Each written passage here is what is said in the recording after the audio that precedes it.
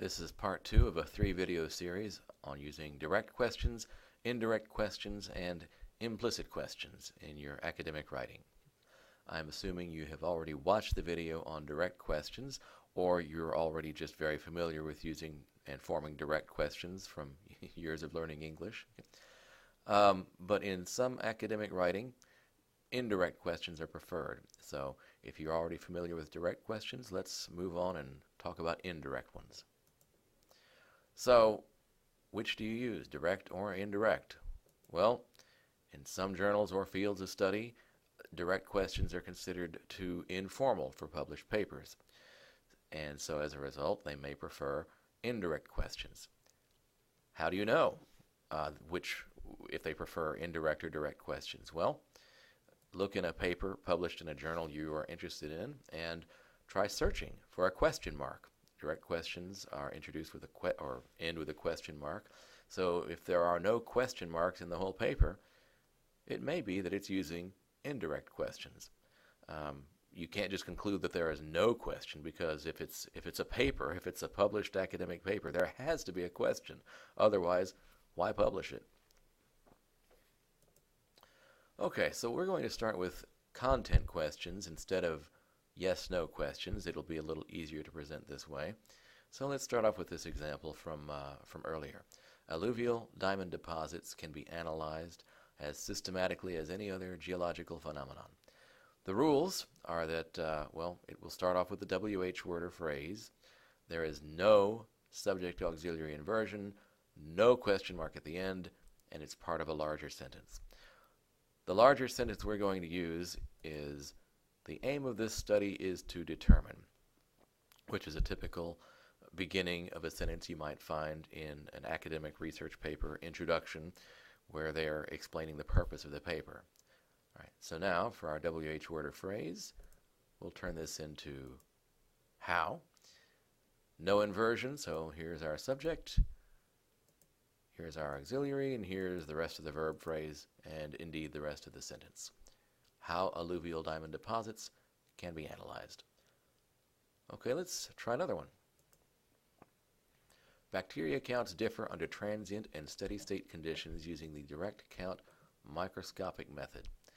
All right, so larger sentence, the aim of this study is to determine.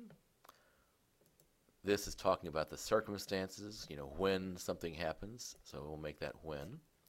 Subject comes right down. Auxiliary, no inversion, and in fact there's no auxiliary verb at all here.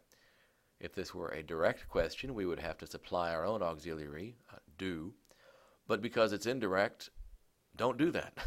The only reason you would put a do is in order to do the inversion, but there is no inversion here, so you just bring the entire rest of the sentence down unchanged. Okay, now let's try one where the WH word or phrase at the beginning is the subject.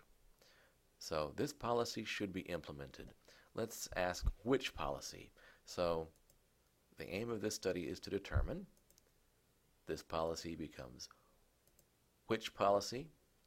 Should comes right down, and so does the rest of the sentence, and we're done. Okay, let's try one with a form of to be, specifically is. So the optimal engineering design method is XYZ. So let's make it part of a larger sentence. The aim of this study is to determine. Let's put our WH word or phrase at the beginning, so this XYZ will just turn into what. No subject auxiliary inversion, so the subject just comes right down. And then the auxiliary, or in this case the main verb, because forms of be can do that, is. And we're done. Let's try one more with a form of to be. This one has are, so the characteristics of the Animas Basin in Colorado are X, Y, and Z. Larger sentence, the aim of this study is to determine. WH word or phrase, so X, Y, and Z, that'll become what. Subject, bring that down next, the characteristics of the Animas Basin in Colorado. And finally, our auxiliary, or in this case it's the main verb to, are. Now, one more thing to notice about this particular example is that we have a very long subject. The reader has to read, what the characteristics of the Animas Basin in Colorado are. So in this case, when you have a very long subject and a very short verb phrase without much meaning of its own, like this form of to be, one thing you can do in English is you can divide this long noun phrase at a logical place and come up with something like this. So let's clear away the mess here and get rid of all this. What the characteristics are of the Animas Basin in Colorado. We could actually say a lot more about splitting up noun phrases this way. It happens in relative clauses too, but that's another video for another day. There's even a shorter way of shortening these indirect questions with what and are, but that will also come in part 3 of the video with implicit questions. Okay, let's move on to yes-no questions. So the same rules apply. They have to start with a WH word or phrase. There's no inversion, no question mark. They're part of a larger sentence. So, bacteria counts differ under transient and steady state conditions using the direct count microscopic method. So let's put it in a larger sentence. The aim of this study is to determine. And now, well, what are we going to do here? We don't have anything to turn into a WH phrase. Nothing to turn into what, where, when, where, who, why, how. But we still have to have a WH word or phrase. So for yes-no questions, there's a WH word that does that. Whether.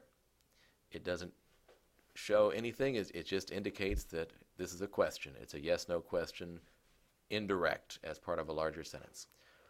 And then our subject, bacteria counts, and then the rest of the sentence, differ under blah, blah, blah, blah, blah. And our last example is another yes-no question.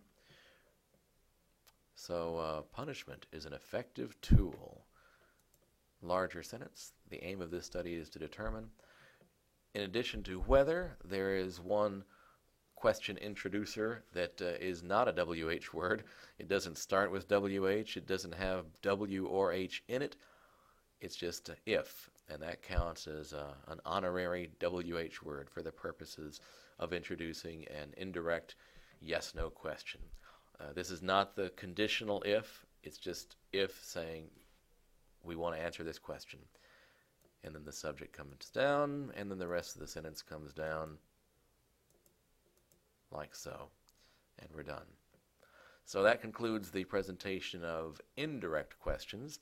In part 3 of this video series, we will talk about implicit questions for papers or writing styles that don't even like to use indirect questions.